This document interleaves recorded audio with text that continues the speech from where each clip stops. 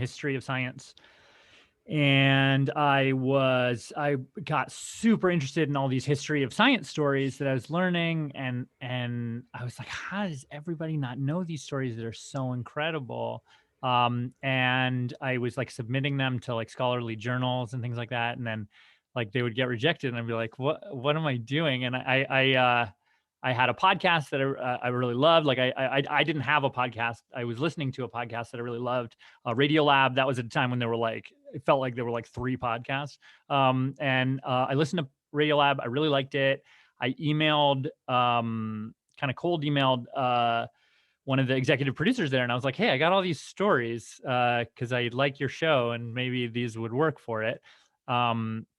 And she said no to all the ideas, but she told me to keep pitching, and I did.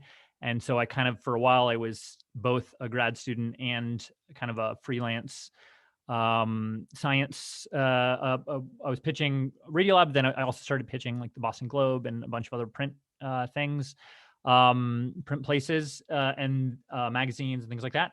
Most of the things I pitched, I feel like got rejected. And then kind of once I graduated, once I finished grad school, I was like, oh, actually, maybe I like doing this thing more. And kind of kept doing that, got an actual job at Radiolab. And then that led to, among other things, this show. Great. And it always feels good to know that the people who are doing things that you're so impressed by and think are wonderful also were rejected many times before they got to that point. So it's all part of the process. And during when they got to that point and after when they got to that point. And yes, many rejections. Yeah, absolutely. Dave, if you want to do a quick intro for us as well, sure. That'd be great. Yeah, I came to this business, I guess, just after years of not really knowing what sort of area I wanted to focus on academically and professionally, and then realizing that, the way, if you can't decide on anything, it's the kind of a great medium for a sort of generalist kind of person is doing documentary and nonfiction filmmaking, because you get to experience so many different topics, and so I was never specifically. I've always had an interest in science, but I was never specifically, looking to make science documentaries, although that was something that I always loved, and every chance that I've gotten to do that has been a real pleasure. But my career has kind of spanned, everything from like true crime to more political stuff to more social issue stuff to science stuff, and many other things in between. So that kind of Latif's and my paths crossed when I happened to be at ZPZ on another project. And actually, Latif was the narrator for a series that I had worked on previously called Rotten for 0.0, the production company that did Connected. And so that's when we first met, and then the stars aligned with this project, and both of us were right at the right moment, and worked out great that we were able to both work on it together. So great. And science is your favorite to work on, right? Absolutely. Yeah. Okay, just for the record. So I want to start with a very broad question, but sort of, or maybe it's very specific. Where did the idea for this series come from? There was a bunch. So kind of the actual genesis of the series is that production company that Dave mentioned, 0.0, which they're a terrific company who did Anthony Bourdain's shows and a bunch of other kind of really terrific. Just look up their sort of resume. But they approached me to say, hey, we want to kind of like completely reinvent the science show, and we want to do kind of like a science travel show, like a hosted science travel show, in the same way that like Bourdain was like kind of like a hosted travel food show. Let's do that, but for science was the idea, and that was super appealing to me and very exciting. And I felt like I was like, are you sure you don't want someone like much more famous than me to do it? but basically, so they had the kind of idea of like, okay, going to kind of like far flung corners of the world, like looking over the shoulders of scientists as they're doing these actual very impressive, dramatic, dynamic things. And then for me, it was like, okay, that's fun and exciting, and I can very easily imagine that. But then what's the way to, if we're going to a super far place to look at some obscure, field of science that you've never heard of, like what's the way to connect that back to the viewer on their couch? Like what is the way to make that feel super far away, but also actually super close to heart? And so that kind of like, then the fun was like, oh, what if we like went to a super far place and then kind of leapfrogged or hopscotched our way back? And that was kind of the sort of germ of it. Some of it, because I feel like this is maybe a nerdier than average like audience, and I say that lovingly. So part of it was also there was a show I really loved. It's this BBC show from the 70s called Connections, and it has a sort of a similar structure, although it's about the history of technology. But that was like enough to be like, oh, that was like a model where I was like, oh, maybe. And there are kind of other shows like that, but basically the structure was sort of the fun, where it was like, oh, let's like zigzag, like connect the dots. Like the fun of it was like, okay, we don't want this show to feel like a science lesson or like a news segment, like a standard news segment. Like it was like, we wanted it to feel like going on a Wikipedia rabbit hole, like it's like just jumping over here and over here and over here. And, oh, and this is interesting over here. And then this is interesting over here. And then, and then it like all somehow magically comes together in the end, hopefully, if we did our jobs right. It does. In Dust, it definitely did. Yeah. Very cool. That's very cool.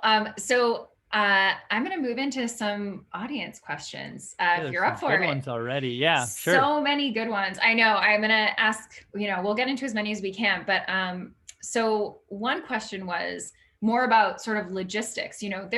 There are so many moving parts, even within one episode. And I've watched some of the other episodes as well. And I mean, you are going to a lot of places. You're getting a lot of footage, a lot of different types of footage.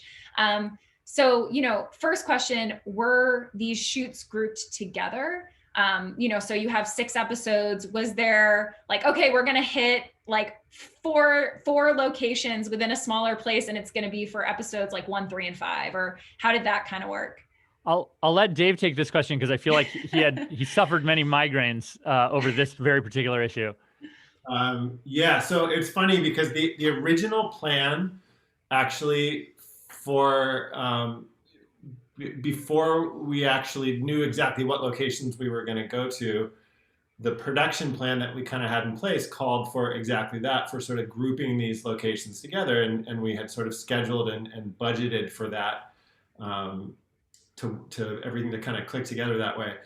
As we quickly started realizing through the development process of each episode, and the development process really kind of, it consisted of first Latif like coming up with some totally insane idea that involved like all these different locations and the connections that he was making, and that created this kind of full circle effect that every episode has. And we quickly started realizing like, oh, those locations are like, the locations aren't neatly grouping together. So we were like, okay, let's figure out a new production plan here as far as how we were going to travel, because these kinds of series are scheduled really tightly, and you don't have the luxury of like, let's take like the next 6 months and really like develop each episode. It's like, it had to happen pretty quickly. So as each episode started kind of coming together, we did do the as much as we could. We would group together like a handful of sort of like Western Europe shoots, and we grouped together a couple of Africa shoots, and I think we were only in South America for Brazil, and then all over the US, and for each of those, it was there was, like I said, like a pretty, not a huge window of time in which everything had to be shot to keep the edit schedules moving. And that meant that Latif's time was the other part of the puzzle that was like really, we had 3 directing teams out all over the world constantly shooting these things. Wow. And Latif was doing more traveling than anyone because they would go and spend a day or two kind of scouting and figuring out, and he would go to that location. And then meanwhile, the other team is in Vienna, and he would fly to Vienna and go to that location. So poor Latif was literally like, he can tell you more about what that experience was like. But I mean, I've never seen anybody do that extent of traveling that Latif did during that time. And still, some segments we just ended up filming without Latif there, just because it wasn't possible for him to be there. But most of them he was there. But Latif, you can talk about what that was. No, like. I mean, it was a 7-dimensional puzzle, because it was like, okay, we have these 3 like camera crews and like production units that were going around, and then I was going around, and then it would be like there's one of the segments I remember, like we were like waiting for this bird to come back from its migration from Brazil, or like we were like, there were just so many things that you have to, and like even just getting the equipment. So there was like one time where someone had to like buy a ticket on a plane so that we could have from Estonia, so we could have the equipment. Like it was just an absurd kind of like the level of logistics that Dave was the circus ringleader for. Like it was for real. And for my part, like the traveling, like I was doing like, it was like red eyes like every night or every other night. Yeah. Anyway, it was a lot. I was going to say, how long did it take you to get back on, West Coast time on a normal sleeping schedule? Oh yeah, no, it took a while. Thankfully, like the ensuing year was like never leaving the house. So, yeah, that really was like, it was kind of a sort of a whiplash from like traveling constantly to just, not traveling at all. But, yeah, it was the most intense kind of whatever it was, 3 or 4 months of my life in terms of travel. Yeah. I can't imagine. One of the next questions I was going to ask are, did everything go according to plan, or did a lot of unexpected things happen? And you partially answer that in your "we were waiting for a bird to return" response. But is there anything else that stood out to you that you'd want to mention? Yeah, Dave, what do you think? I mean, if I remember correctly, we didn't know that we were going to find a fish in the boat. No, we didn't. We did not. That was always in Latif's my version of the story. It was like, and then we're going to find a fish, and it's this, and it was always a question of if we would find one. And they found this like beautiful specimen, which was just a huge surprise, and I'm sure it was one of the most exciting moments for you. Oh, so great. It was so great because, yeah, for Dust, that was probably one of because you can't scout, like it was so far. It's a totally uninhabited place. And like even the fish skeletons that they had found, like let's say last year or something, like that would have eroded away in the meantime. So like there literally was no way to know showing up there. Another thing was in this episode, we had gotten to, this is a little bit of a story, but I'll make it quick, I guess. So we climbed the Atto, the tall tower, and we got to the top, and we were with that guy Stefan, who's a meteorologist. And so it's like it took forever. And forget me, like for the camera folks who were like lugging like very heavy equipment up there by stairs. So we get to the top, they're setting up their shot, they're just about set up. We start the interview, and Stefan, like it must have been his like a minute into talking. He looked, and you could see like through the camera monitor, like this look in his face, and he looks and he sees, and he's like, "Oh my God, that's a storm cloud, and it's coming over here." And like we're standing on basically like a giant lightning rod, and if we stay up here, we are going to get electrocuted. And so we have about 10 minutes. 15 minutes before we have to be back down, and it took us like 45 minutes to get up there. And so we like did, I don't know what, like 10 more seconds of filming. It was like days and weeks of like preparation for the shoot for this one moment. And then it was like, yeah, we got to go back down. And it's late enough in the day that we don't have another shot at this. So what are we going to do? And we had to we ran, it was like a frantic mad dash to the bottom. But yeah, there were many moments like that where we were like, where we were like, best laid plans and everything. We were just kind of scrambling at the last minute. Yeah, well, if it means anything, you wouldn't have been able to tell that you were all fearing for your lives in the moment where that footage comes in. But so that was very smooth. I have a question from someone. So what advice do you have for a graduate student who's looking to pursue a career hosting and producing science TV shows? Dave, do you have thoughts? I have some thoughts, but hosting and producing science TV shows. I mean, as far as hosting goes, I think, the way that you got into it, Latif, was through radio, obviously. Yeah. I think as far as producing goes, I think, the best thing to do would be to get a sort of entry-level job on a science series that's already in production. So you start out as like an associate producer, production assistant, and then eventually kind of move your way into producing. Yeah. The other thing is just to work on making your own projects and try to accumulate viewership and things like that, which obviously these days is much easier to do. Yeah. I think probably my two biggest pieces of advice. One is just make stuff. Like, I feel like for me, it's like just getting reps in, like doing it over and over and over and over again and making mistakes and then figuring out what those mistakes are. And sometimes they are very, like, you fall flat on your face and feel so dumb and embarrassed. But just like doing reps and even if it's like, if it's for your own YouTube channel or if it's for, a blog or for this or for that or for wherever will, let you do it. I think it's like just doing it over and over and over again. That's one thing. And kind of just getting real critical feedback from people you admire or people or whatever, and just kind of trying to and even kind of critically looking at it yourself and just trying to make it better. And so that's one thing, I think.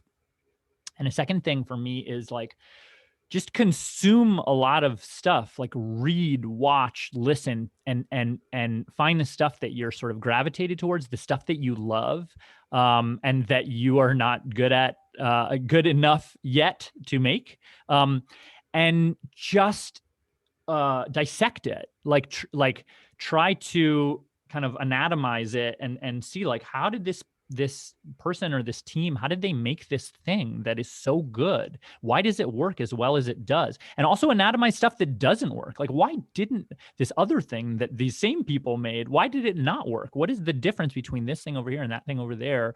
And just kind of like really, just kind of have a critical eye and like keep sort of feeding yourself, and even almost like challenges, like, oh, okay, this thing, it worked so well because it did that, it made that move. Could I make a thing that makes that move? Like, well, how could I do that? And it's hard to kind of compare yourself to these bigger things, because like, especially if you're starting your own YouTube channel, like there are, enormous studios who spend, hundreds of thousands of dollars to make something. So don't kind of compare yourself too much to everybody else, but like, kind of soak it up, try tricks, like learn things. And your stuff, especially compared to that other stuff at the beginning, it's not going to be as good, and it's going to suck, and it's going to be super demoralizing.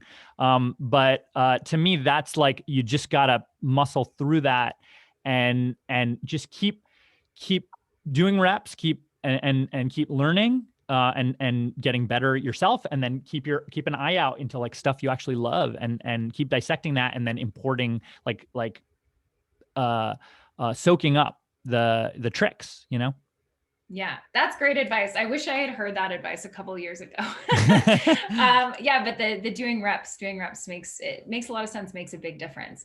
So I have a question for you. How did you all decide on the 6 episodes, the topics?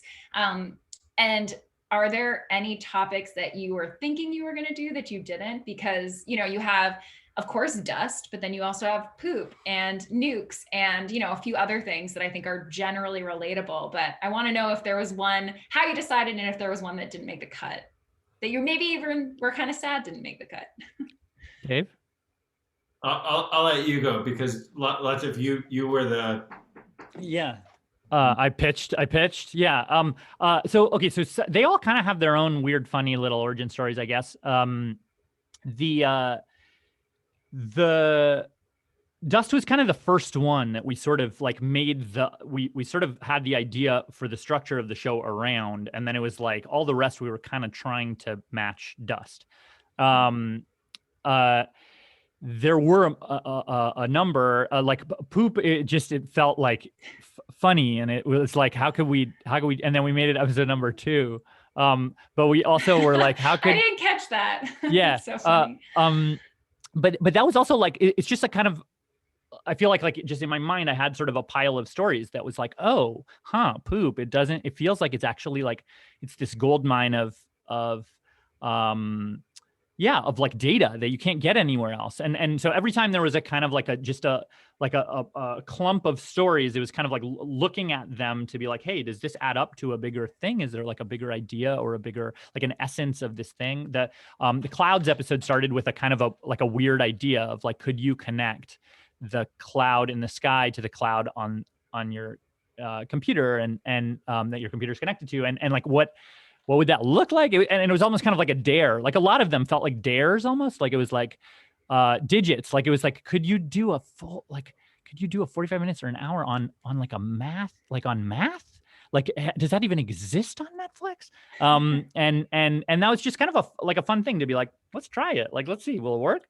There were a lot that we tried to do and we couldn't quite pull off. There was one that I like loved the idea. It was about and Dave, you probably have your own that we sort of were excited about and fell in love with and then didn't make it. But one was about Wikipedia, and it was about like kind of like almost like flipping a Wikipedia page and kind of like looking at the back, and then like Wikipedia, because we based it kind of on the feeling of Wikipedia surfing, like actually going on Wikipedia and Wikipedia surfing and have that be a structure for an episode. And even the idea of like the entire episode like takes place like within a desktop screen somehow, or I don't know. We had a whole bunch of different really weird ideas that we like the shape of a story. The man in the right. It was a story about like mines and holes. Yeah. That one too. There was a few that we pitched. There's also the one of the first ones that we pitched that didn't go through, which was the the Plankton Politics one. Is that? Yeah. I turned that kind of into a Twitter thread because we had done all this work on it, but it was so interesting. That one was about how you could kind of basically see the like Cretaceous coastline in modern day U.S. electoral election or electoral maps. I definitely saw that thread. It's really interesting. A lot of people were sharing that. That's cool. Yeah. Cool. So it was cool. It was cool that like people got to see it and like because we found it super interesting.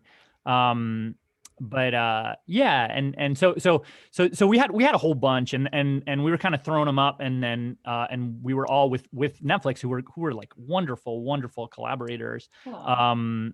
Like they would be like, this one maybe feels too American, or this one like it. Oh, we like this story, but is there a way to make it more dynamic or something? Or like, but they actually had very constructive, smart feedback, and so we kind of like whittled it down with them, and then when we had 6 that felt kind of good, we were sort of looking at them and being like, okay, is this a nice kind of poo-poo platter of stuff? Like, does this feel like it kind of covers a big range of science, and that we could kind of like, we could capture a lot of different people who are interested in different things, and maybe hit some things they have heard of, hit some things they haven't? Yeah, that's great. Actually, one of the questions I was going to ask you is, what was your target audience when you were making this? Did you have a certain person or group of people in mind who'd be like really into this series? Dave, did you ever? I mean, the thing that we talked about a lot was like that the target audience, at least age-wise, would be absolutely as broad as possible, and that we really wanted to make something that like you could watch with your kids. And that you could also watch in a more sophisticated kind of way if you were an adult with a science education. That would be really interesting. And I think that was part of the drive behind the style of the storytelling, which is also really just like something that part of Latif's brilliance as a storyteller is his ability to make really complicated scientific concepts, incredibly relatable, and feel like it's something that you like must learn about. And that was, that was part of that, appealing to as many people as possible. Yeah, no, absolutely. I could see so many people loving this. And I think I could see a kid really loving it for some of the visual stuff. And I could see, the content that you really get into might be most enjoyable to an audience that's already pretty science curious. So there were a lot of topics covered within the topics, which means a lot of fact checking. How did you approach that? Well, we had a terrific fact checker. Actually, Dave, you should say, because we had, so there was a pretty like robust research team on the front end who were involved in tracking down story ideas. And a lot of them would be like, can you guys find something that has to do with this? Or sometimes we would just say like, can you guys find like a bunch of cool stuff like about anything? And they would poop. Yeah, right. They were kind of giving them, like broad things and narrow requests, and then one of those researchers stayed on through the entire process and then was a big part of the fact checking. Awesome. He brought a fact checker, but basically at the end of once the shows were fully edited, it was the task of two people who were, just like working, every day for weeks and weeks to check literally like every single. There are a lot of facts in the shows you pointed out, and every one of them is like sourced and double sourced and triple sourced, and even the graphics. Like we fact checked the graphics and the jokes and it was really a lot of fact checking, which was good, like which was so strong. It just made us so much more confident, and we were really lucky for it. There was a lot. Name them. Gretchen Gates and Sarah Crichton were the two. Yeah. Awesome. Yeah. I was going to say that at the end of the process, there was a lot of like at the very end, like final last minute, like, wait, no, we have this like just the nuances and exactly right, and then we would have to rewrite it up until kind of the very end, until we were like absolutely sure that we weren't messing anything up. Yeah. Right. So this question might be a little bit more specific to Latif, but okay, so you've worked in radio and video. There are obviously there are some huge advantages to video in terms of just people seeing things and connecting that way. But do you feel like there are some things with video that are less advantageous, like they would be better in print or with audio? Definitely. Yes. I do think in a generic way, I should say, I think actually it's more similar than it is different. And the differences are sort of, but the differences are definitely there. Like, so one thing that I felt very strongly, like they could not be any more different, was in terms of interviewing. So like just the dynamics of interviewing a scientist or any kind of guest. So like, for Radiolab, what I do is, and this is even more so now true if I'm doing, interviews, not even in a studio, but like at someone's home through Zoom or whatever. Like interviews, my interviews, they're like these super long interviews. They're very conversational. You get a long time to kind of just unwind and make someone at ease and get them sort of conversational and really get to the bottom of something very complex. So I do these like super long interviews. And the other thing is that eventually towards the end of these long interviews, the microphone kind of just dissolves away. And then we're just it's a phone call between friends, it feels like, or a phone call between, like a person who knows something and a person who's curious to find out. So that kind of like self-awareness, it kind of dissolves away, and it doesn't. So a lot of the artifice just disappears.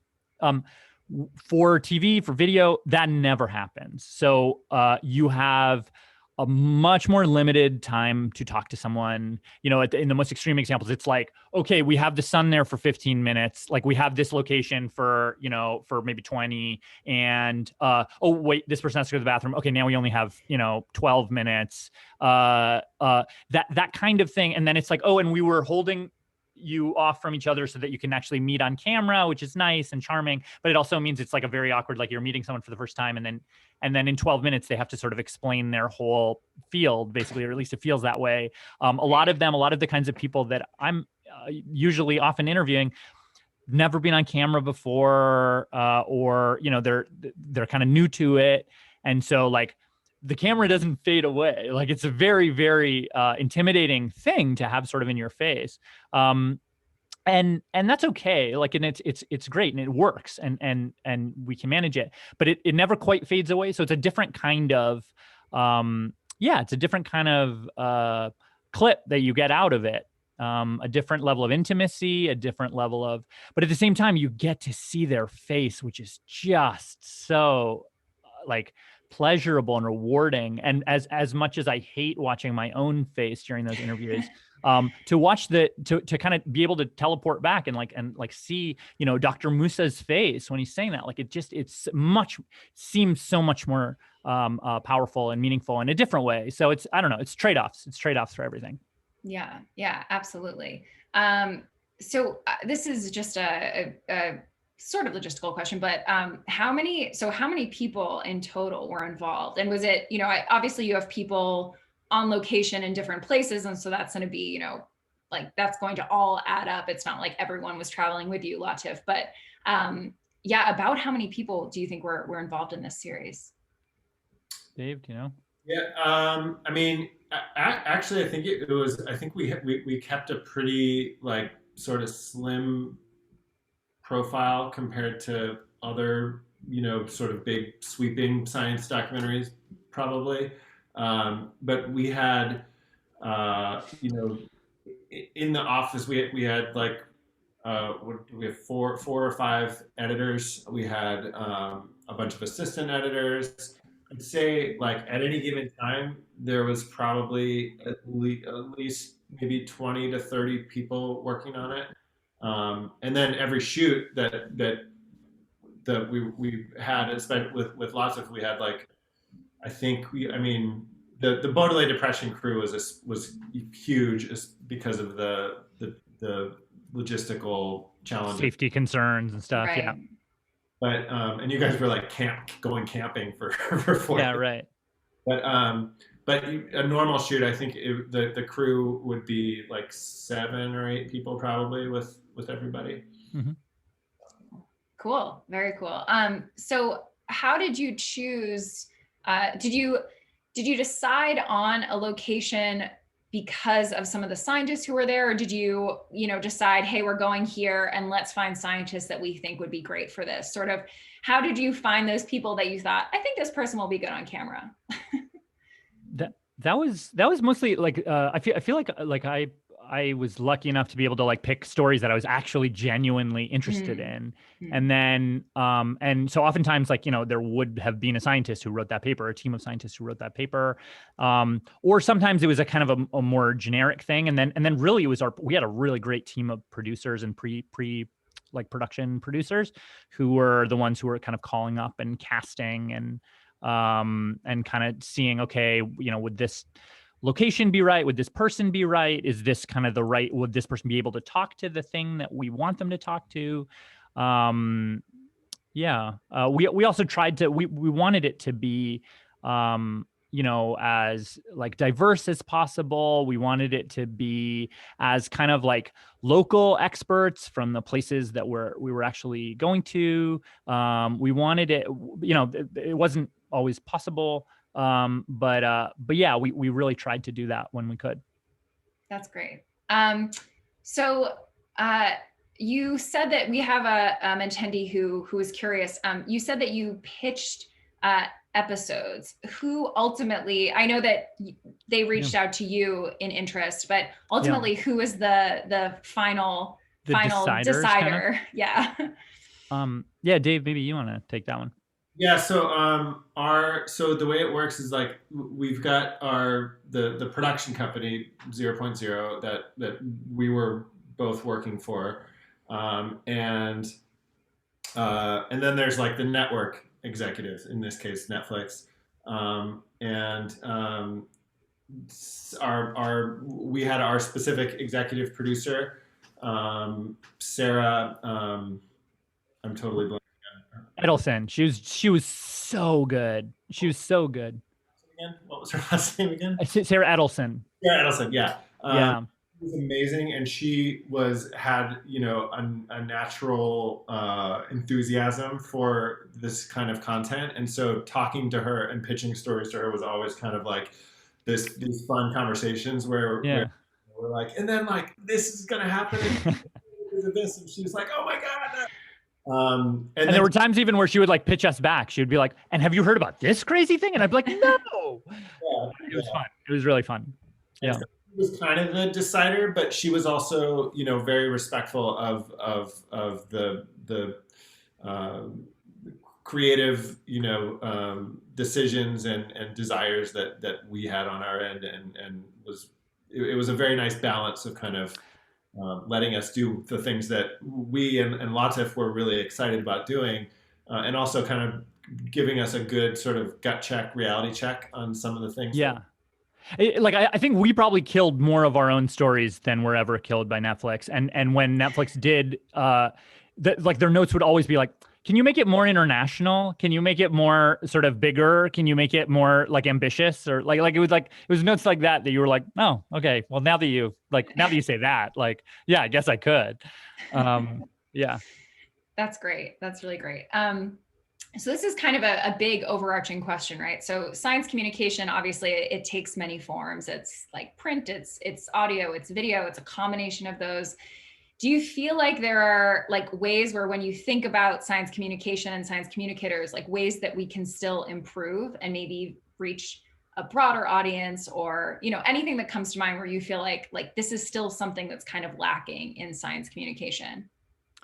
I think it's been like in the, I don't know, whatever, 10 years that I've been doing this, I think it's been really like growing and developing in an interesting and exciting way, more diverse voices and perspectives, more kind of transparency. Like to me, I think the drum that I sort of like to beat, which is that I think it's like, it should be, the reporting should be more often, and maybe this is just sort of my natural inclination. Like I think reporting should be more about the question than about the answer. And it's like there is an answer, and you should let people know. But it's like it's always a provisional answer. It's sort of the best answer we have, and kind of leading with the question and saying, look, like and being as transparent as you can to say, look, these are these fallible human people.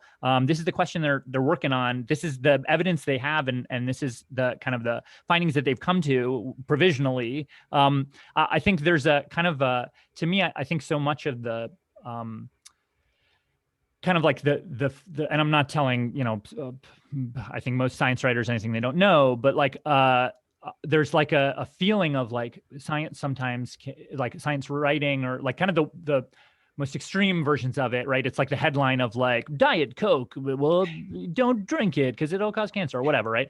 And I think there's a feeling like out in the world where it's like, oh, like science reporting is like it's like a fickle parent who's like telling you not to do things, and then 5 years later it changes its mind and it's like a whole other thing, and then it's like then that's why I don't trust it, and I don't.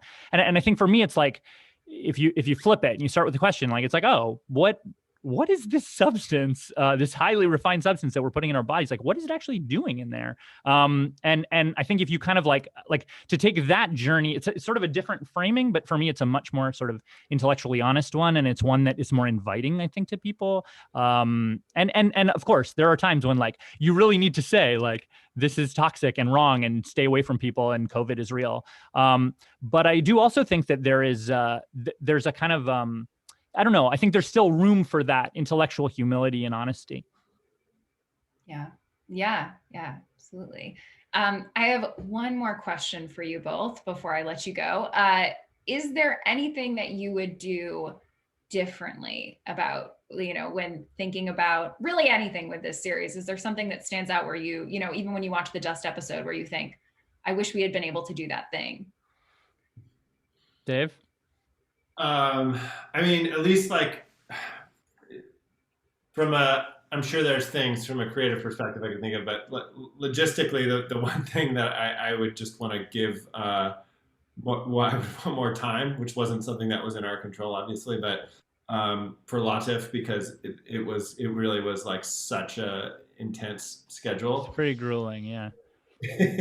So, that would be kind of the main thing. Would be figuring out, really, fighting for more time to do the filming. Yeah. I felt just so tremendously lucky and honored to work with the like awesomely creative and and professional and genial and like putting their heart in the work team that we had. Like I felt very, very lucky. And yeah, I don't know, there's not too much I would change. There's probably little things, but yeah, I don't know. I felt immensely lucky, and I felt really, really, like we kind of gave it a good shot. There's certainly things that could have been better. But we really worked really hard. I think everybody, the whole team, and I don't know, I think I'm pretty proud of what we made. Yeah, great. Well, thank you both so much. I do have one very small question still. Post-pandemic, do you think there will be a season 2 of Connected? Dave? I don't know. All of us would absolutely love more than anything to do. Yeah. And we have what it evolves into, because that was also part of it. Is like we were like, what would season 2 could be? Something like we can, do something a little bit different, and we can do like there's. Yeah. I think this is the kind of series that could evolve and take many different shapes, and we would love to. But yeah, and also like it was an experiment, like, and I think I think we sort of pulled it off. But like it's like let's keep sort of trying new things. It does feel like it was sort of hard to think about all of that during the pandemic, but we're kind of like, as we're slowly coming out of it, it's like a new exciting frontier. Yeah, so we'll see. That's very exciting. Well, Latif, Dave, thank you so much for joining. This was really fun. I hope you had some fun. Yeah. Can I say one just quick last thing? Which is course. That I very much, especially if there are sort of like early career people out there, if you have any questions at all or any need advice or anything like that, just my email is on my website. Please get in touch. Like I really think that this is a kind of a wonderful field, and we really need you guys. And so so if there is anything that I can do or help or any advice that I can give, don't hesitate to reach out.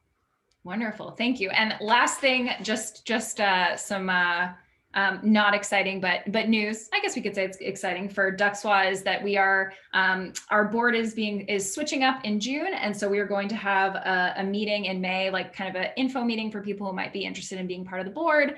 I've been a part of it for the last year. It's been really fun. You get to moderate cool events like this. So if you're interested, keep an eye out for the Quacker, which is the email that we send out. Everything is duck themed. So keep an eye out for that in May, or rather keep an eye out for that in the next month. And hopefully I will see some people in May. So with that, Sam, thank you very much. Tien, thank you very much. This is fun. Really appreciate it. Thank you everybody for coming. All right. Bye everyone. Bye.